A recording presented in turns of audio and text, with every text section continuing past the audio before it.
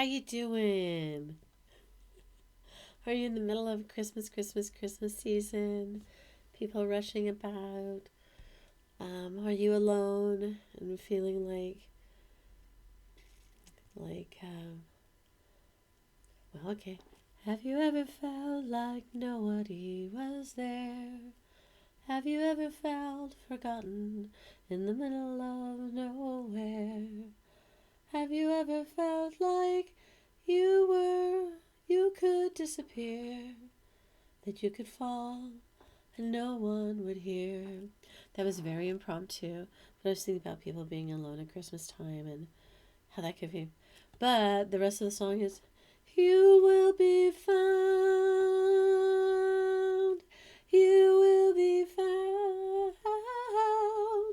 That's the rest of the song. So don't think it's all sad. So if you're alone at Christmas time, just remember you will be found someday. Or maybe you'll be like me and never be found. But that's okay. Because I'm okay. Because somebody told me, well, aren't you good enough for the rest of your life? And I'm like, maybe I am. But what was I supposed to be talking about for fun fact 112? It was Merry Christmas Eve. I'm going to talk about traditions, new traditions. I think through my belief one, I think I already talked about how the pagan world actually influenced, like the Christmas tree and the time of year where we celebrate the birth of the sun at Christmas for Christians. I think a lot of other religions have celebrations around this time of the year, and it really comes from trying to make it through the winter, trying to get your spirits up through the winter time, and where the light is less, and people right now naturally get winter depression because there's less light. There's a lot of things like that. So a lot of the celebrations we do around this time of the year is to cheer us up, make us feel less alone, and make us feel like we're not alone or that people care, and to bring a little more light into our lives in the winter and kind of keep your fingers crossed that you'll make it through the winter. But honestly, where I live, hasn't been a lot of rain, hasn't been a lot of winter, and kind of worried about the whole water thing. But we've been struggling with water for quite some time now. Not when I was a child, but I'd say a certain point in time. Droughts and water issues, and then floods, and then droughts, and then water issues, and then floods. But right now, I think global warming is going to kind of end that cycle and just make it drought.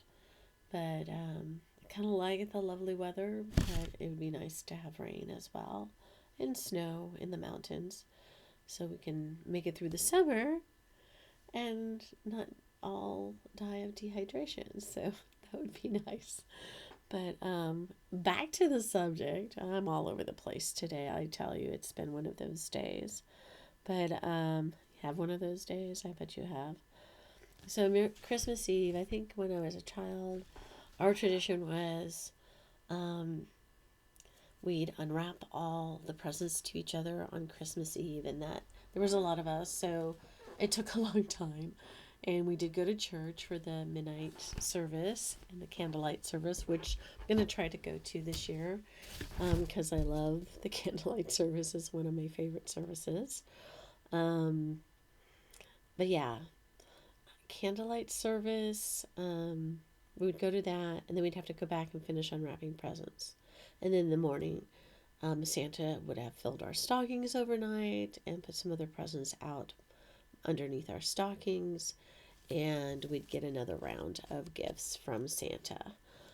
Didn't grow up rich, so a lot of that stuff was minimal, but it was still beautiful memories and full of wonder as a child.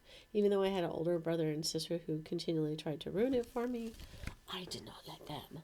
So that was kind of the tradition, and we had a big meal. We usually had hors d'oeuvres Christmas Eve, so we could just pick and snack while we unwrapped presents.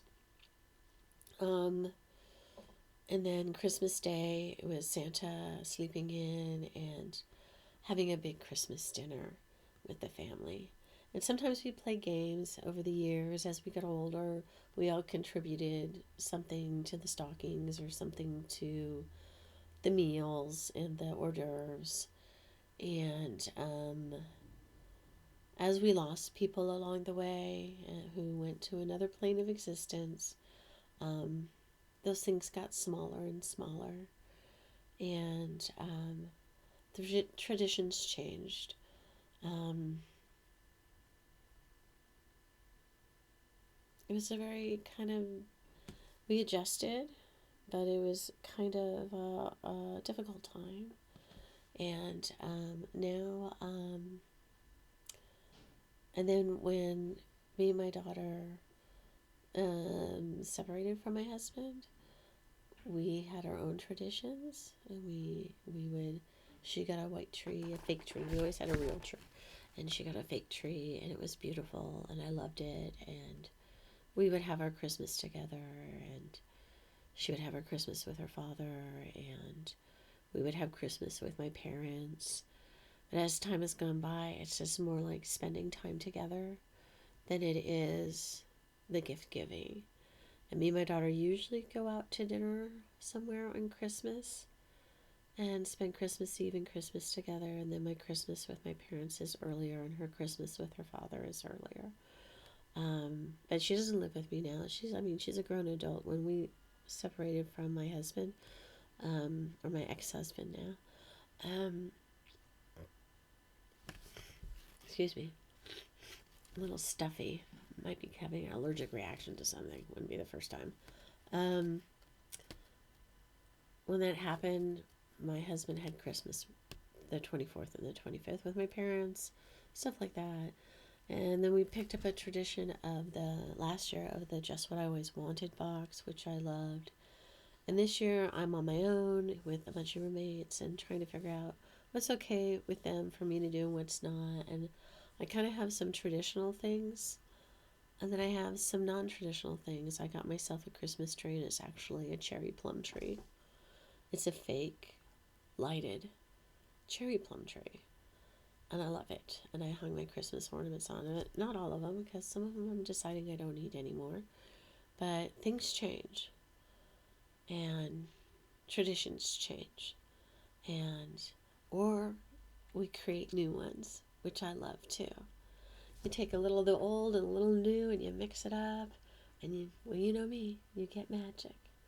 So think about your family traditions, how they've evolved over the years, and how they might evolve in the future. And I know some people who go skiing. I had a friend, she's not with us anymore, but I had a friend whose grandmother, but her grandmother was my friend too. And she would go to Hawaii every Christmas because she had two husbands that were both gone, and she had a son who was also gone. And all she had left was her granddaughter, who was my friend. And her and my friend and her grandmother would go to Hawaii every year because it was too sad to stay here and think about all the traditions that were lost with the people that they had lost. So they started a new one by going to Hawaii, which was pretty awesome, I think, actually. And I have a friend who's going to Australia this year for Christmas. And I know people who just don't really celebrate, and I got them gifts, and I said, just think of it as random gifts from a random person on a random day, because I just wanted to give you a present. It has nothing to do with a holiday. It's just I want to give presents, because I love giving presents.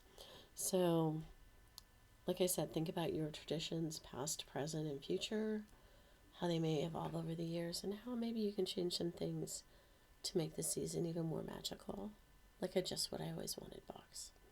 So that is Fun Fact, or my deep thoughts, or whatever you want to call it. 112. Ciao, Bellas.